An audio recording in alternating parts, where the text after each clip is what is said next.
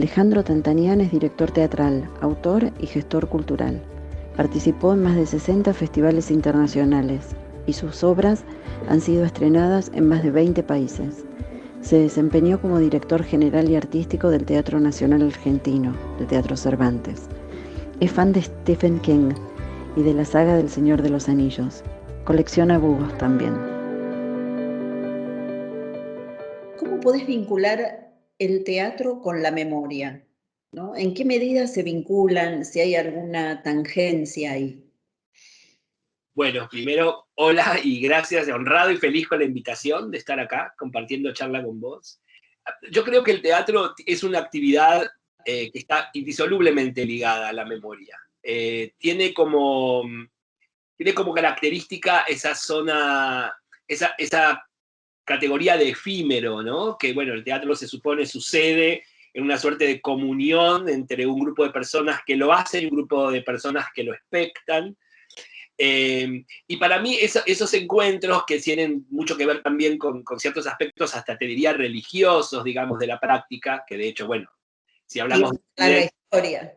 Claro, si hablamos de Occidente, bueno, viene de ahí, viene de las fiestas dionisíacas, y creo que la memoria, creo que el teatro, el arte en general, ¿no? Pero bueno, pensando en el teatro, creo que la práctica está de manera indisoluble ligada con la memoria de la época, ¿no? Creo que cada, cada época, si uno piensa, digamos, en las construcciones edilicias, por ejemplo, ¿no? O sea, la relación que supo haber entre el público, el pueblo, quienes iban, y la escena, pasando del anfiteatro griego a los patios y corrales del Renacimiento o el siglo Barroco, a la creación de la caja italiana del siglo XVIII. Hay una relación, digamos, muy estrecha entre un modo de mirar, un modo de percibir eso que está ahí del otro lado, que es claramente memoria de una época, ¿no? Más allá, obviamente, de lo que sucede arriba del escenario, que intenta siempre, de manera concreta o de manera tácita o de manera más explícita, fechar, ¿no? El momento en el que estamos, o sea, datarlo. Después creo que hay algo del teatro que lo que permanece, se supone, se dice, son los textos, ¿no? O sea, que la práctica, bueno, nosotros no podemos saber exactamente cómo se representaba o cómo era una tarde en el Teatro del Globo en Londres con una obra de, no sé, de Shakespeare o de Marlowe. Pero sí nos queda el texto, ¿no? Que es una suerte de huella de lo que fue ese encuentro. Respecto después respecto a lo que eso imprime en la memoria de las personas, ya por ahí no pensando en una memoria más colectiva, sino en la memoria de las personas, creo que cada uno tiene en su haber como una colección de momentos muy fuertes en donde está ligado necesariamente lo artístico, ¿no? O sea, uno, no sé, yo recuerdo como grandes hitos haber estado frente a una representación de una obra de Cantor, o a una representación de una obra de Pina Bausch, o a una representación de una obra de Romeo Castellucci, o a una representación de una obra, no sé, de la primera obra que vi del Periférico, de objetos acá en la Argentina. Y eso, creo, también construye, o sea, es parte de la memoria individual y colectiva. Por eso cuando apareció toda esta situación pandémica, ¿no? Respecto esa palabra problemática, creo que tiene que ver con la esencialidad. Y el arte, ya no decir la cultura porque es mucho más grande, ¿no? Mucho más amplio. Pero el arte, digamos, yo considero que es decididamente esencial, ¿no? Después que las prioridades de quienes nos gobiernan en el mundo no lo tomen en cuenta, me parece una idea muy corta, ¿no? En términos de pensar esa actividad como esencial y por ende también como constitutiva de una memoria. Digamos, creo que la pandemia, más allá del horror y de la devastación y del dolor que compartimos todos en esta situación tan difícil, si pudo ser sobrevivida o sobrellevada, o mejor llevada en todo caso. Totalmente, sí. Ha Tuvo sido que por ver, la posibilidad de tener arte alrededor y de... Sí, refugiarte en claro, un libro, en una música, o en algo que ves streameado, o sí. digo, Sí, sí, yo estaba pensando, te quería hacer una pregunta curiosa, curiosa sí, e ignorante, pero esta segunda parte yo creo que eh, estaba pensando así como los músicos ejecutan partituras sí. de a siglos y siglos anteriores, que tienen notaciones, Ujú. digamos, como al margen, al costado. Las obras que han sido puestas, las obras clásicas o las obras no clásicas, pero que han sido ya puestas, ¿en qué medida dejan esas marcas para los nuevos directores, no? Yo tengo muy presente una obra que vi en el San Martín, debía tener yo 20 años, Peer Gynt. Sí. Creo que el actor era un actor chileno. Era, si es la que yo vi, era Alfredo Alcón, Era Alfredo Alcón, sí, sí, exacto. que Peer Gynt dirigió Omar es, Grasso, sí, exacto, sí. esa. Bueno, y fue como una cosa de una potencia, ¿no? Como muy conmovedora. Fue la primera obra que vi en ese teatro. Mirá, Y me acuerdo perfectamente de eso. Y me acuerdo de haber pensado cómo el director habrá tomado las otras puestas, ¿no?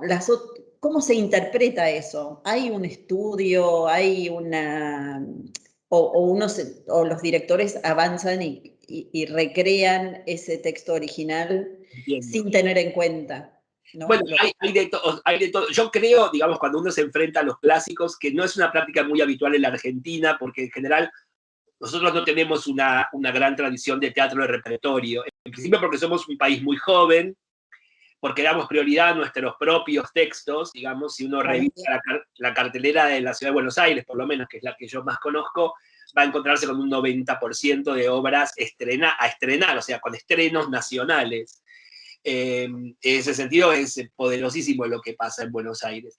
Respecto a los clásicos, a mí siempre me parece que está muy bien eso que vos pensás, digo, la idea de la notación musical, o sea, de la partitura.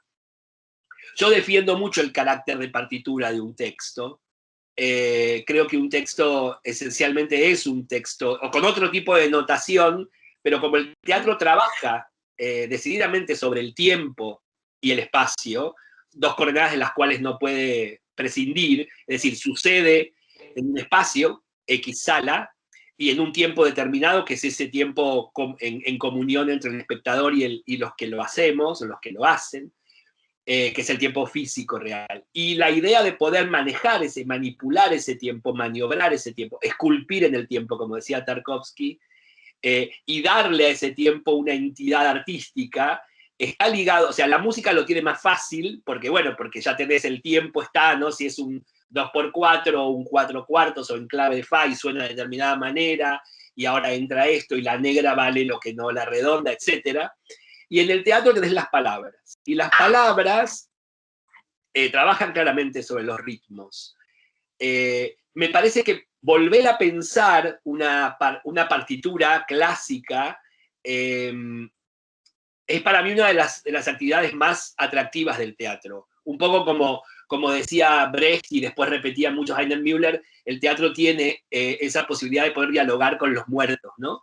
O sea, de poder mirar a los ojos a Shakespeare, como supo hacerlo Müller, por ejemplo, y decirle, bueno, me parece que tu Hamlet trabajó sobre un arquetipo que al tener la posibilidad, por ejemplo, Hamlet, de generar una revolución en Dinamarca y ser un teórico, porque era digamos, ser un estudiante universitario, un intelectual, no lo genera. Entonces, Müller trabaja con una hipótesis que es, bueno, Shakespeare en realidad lo que hizo fue construir un arquetipo de un intelectual revolucionario que no puede llevar adelante la la revolución. revolución. ¿No? El problema de los alemanes, ¿no? Que la teoría sucede en Alemania y la revolución sucede en Rusia. Rusia. Entonces, doy este ejemplo porque me parece una buena manera de pensar En general los clásicos se hacen muchas veces con una mirada hacia el cielo, adorando o idolatrando al autor muerto, y me parece muy importante poder generar un diálogo de igual a igual, o sea, Pares. claro, de pares. Para eso uno tiene que estudiar profundamente cómo emerge esa obra en ese momento, a quién le responde, cuáles eran los modos de producción, cuál era el social histórico, y ahí sí traer esa discusión al tiempo contemporáneo. Seguramente respecto a lo que sucede escénicamente, las diferencias van a ser muchas, en principio porque perdimos la noción concreta de cómo se representaba, Claro, más allá de ciertas cosas arqueológicas que intentan reconstituir la manera en que se producían los textos en el siglo, se producían, digo, los espectáculos en el siglo XVI o más adelante. Pero hay algo de, me parece que lo esencial de pensar esa partitura en una partitura clásica, en la contemporaneidad, es poder abrir, digamos, esos sentidos y hacerlos sonar hoy en el presente, ¿no? ¿Cómo es el balance o cómo sentís vos que es el balance entre los distintos elementos, ¿no? Al momento de pensar la puesta de una determinada obra? El director, los actores, el lugar físico, los recursos y también si es importante pensarlo, si esto va a ser presentado en un contexto oficial, en un teatro como el que vos dirigiste en su momento, el Teatro Nacional Cervantes, el Teatro Nacional Argentino Cervantes, o en otro teatro, en un teatro comercial, en un anfiteatro, en una plaza, digamos. ¿Qué pesa a la hora de evaluar estos componentes? ¿No? Son muchas cosas. Pienso en el vestuario, es un arte muy complejo. Y lo es. ¿No? A veces ser efímero, tan... Sí, sí. En principio, digamos, yo durante mucho tiempo, también en esta juventud, la misma que te contaba cuando me enojaba con esa versión de Espectros, durante mucho tiempo, digamos, tenía como, no me importaba el público, ¿no? Creía que el público era algo que sucedía de manera, no sé si inexorable, pero bueno, que la gente iba a venir y que no importaba pensar en el receptor, ¿no? Después la experiencia de mi trabajo y obviamente la experiencia frente a un teatro público, ya igual había cambiado ese parecer, pero la experiencia del Teatro Cervantes me permitió de redondear esa mirada. Yo entiendo que el teatro necesariamente tiene que estar construido para quien lo recibe. Y sobre esto también, sobre lo que hablábamos antes respecto a poder abrir un texto clásico y entregarlo, tiene que ver con saber a quién uno le está entregando, cuál es ese público, más allá de que, como decía Lorca, no es como un dragón, no sé exactamente la palabra, claro, como que es algo muy amorfo, ¿no? Uno no puede... sabe todo. Claro, exacto, pero sí conoce por intuición y por conocimiento y por recorrido y por a quiénes uno le habla, ¿no?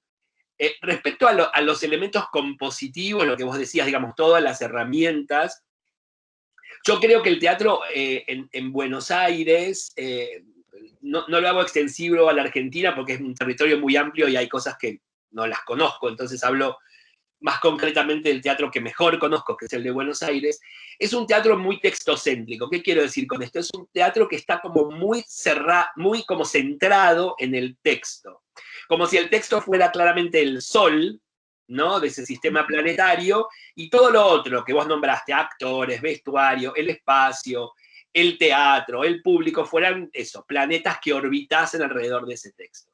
Yo no creo en eso.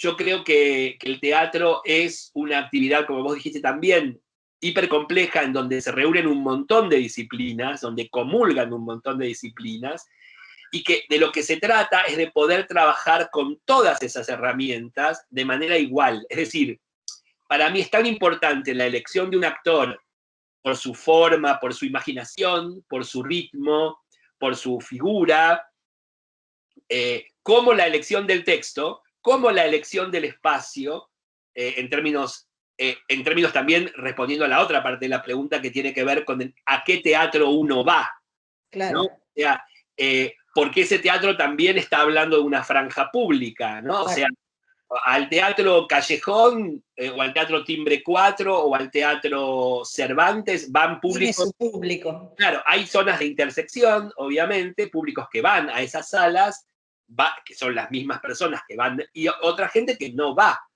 a esas salas. Y va solamente, o sea, al Teatro San Martín, o al Teatro Cervantes, o sea, al Teatro Colón, ya que se trata de otra cosa, se dedica a otra cosa. Pero sí me parece importante pensar, porque creo también que una de las cosas que se van perdiendo en general en la práctica teatral son los oficios, ¿no? Y por eso yo defendía tanto, digamos, lo que sigo defendiendo, quiero decir, lo que son los teatros de producción, en términos de que todo lo que está arriba del escenario se hace ahí, ¿no? Claro, Y qué hermoso. claro, y se están perdiendo esos oficios. Y creo que también un oficio que está, no digo en extinción, pero en tensión, es el oficio de director. Porque en general los directores, hablo también del Teatro de Buenos Aires, son los autores de los textos, te dirían un 80%. Ah, mira. Claro, entonces lo primero que la energía que manda, la energía que comanda ese montaje, es la de poner mi texto en escena. Entonces es como si yo tuviera un texto bidimensional en el papel y lo que hago simplemente es pararlo, ¿no? Y tridimensionalizarlo. Cuando en realidad se trata de una otra escritura. Claro, de una interpretación. Y de otra escritura, porque vos escribís una obra, pero la escritura escénica es otra cosa. O sea, el texto, y como dije antes, forma parte de es una de las herramientas que tenemos a disposición. Pero si vos a un texto lo intervenís con el silencio, con música, con un actor o con otro, cambia totalmente. Radicalmente, ¿no? Uno podría decir la apuesta de tal director, Claro. de tal Si no, obra o de tal. lo que hablábamos de los clásicos, si no, no habría motivo por el cual Hamlet tendría que hacerse de manera distinta, Exacto. porque ya está escrita de una determinada manera y no habría interpretación otra más que la que se supone, no sé cuál será Canónica, claro. la idea platónica de lo que sería un Hamlet único. Pero sí me parece que el director es aquel que vuelve a escribir el texto en escena, Sí. y lo vuelve a escribir con todas esas herramientas, la del texto, la del sonido, la del tiempo, la de la fisicalidad de los actores. Sí. Y bueno, eso es un trabajo hermoso porque es compositivo, digamos, y te obliga además a tener nociones, digamos, de un montón de cosas, desde la pintura, la música, a la arquitectura, a la literatura, obviamente, la filosofía, la sociología. ¿Cuál? Es un oficio hermoso, complejo. Claro, y está siendo muchas veces reducido, no quiero sonar tampoco tremendista, pero muchas veces se reduce simplemente a levantar el texto, a poner en pie. Muy buena, ¿no? Claro, Como del papel claro, a la presencia. con eso no alcanza, o sea, con eso simplemente sucede lo que sería una suerte de enunciación de lo escrito, una lectura en voz alta, si querés. Claro. Pero después hay un montón de otras cosas que tienen que ser absolutamente medidas, decididas y construidas para que ese todo genere ese grado de emoción y de contacto que tiene con el espectador. Y también pensar en el receptor profundamente, profundamente. Y creo además, ahora más que nunca, digo, Claro. el teatro en Buenos Aires estaba, sobre todo hablo del teatro independiente, que es el teatro de arte en el cual me formé, en el cual gesté mis primeros trabajos y del cual me siento parte. Es un teatro que ya estaba en una situación muy crítica en términos de sobrevivencia, de supervivencia. Bueno, la pandemia terminó de arrasar eso, dejó obviamente desnudo todas las precariedades en las que estamos como sociedad en todos los aspectos, y el teatro obviamente no pasó de largo. Entonces, me parece que es un gran y necesario momento para volver a pensar la actividad en términos también de a quién está destinada, ¿no? Creo también que esta especie de horror hacia el otro que esta enfermedad inoculó, ¿no? El teatro tiene que revertir, es una herramienta posible para pensar en y con el otro, ¿no? Sí, porque es además algo como una reunión, Obvio. como una especie de estar juntos, muy ancestral, me parece. Porque es un rito muy, muy humano, tiene lo humano como huella, no solo por la palabra, sino por la puesta en juego de los cuerpos. Me parece que es una instancia que ojalá pudiéramos recuperar pronto. Ojalá. Está bien. Sí. Y además hay algo, viste, que por ahí uno no toma en cuenta, pero el tiempo, ¿no? El tiempo del espectador. O sea, el espectador viene a ofrecerte su tiempo. Es un montón, ¿no? Sobre todo ahora que se dice que el tiempo es, sí, hace mucho, pero ahora claramente uno siente que el tiempo es oro. Entonces...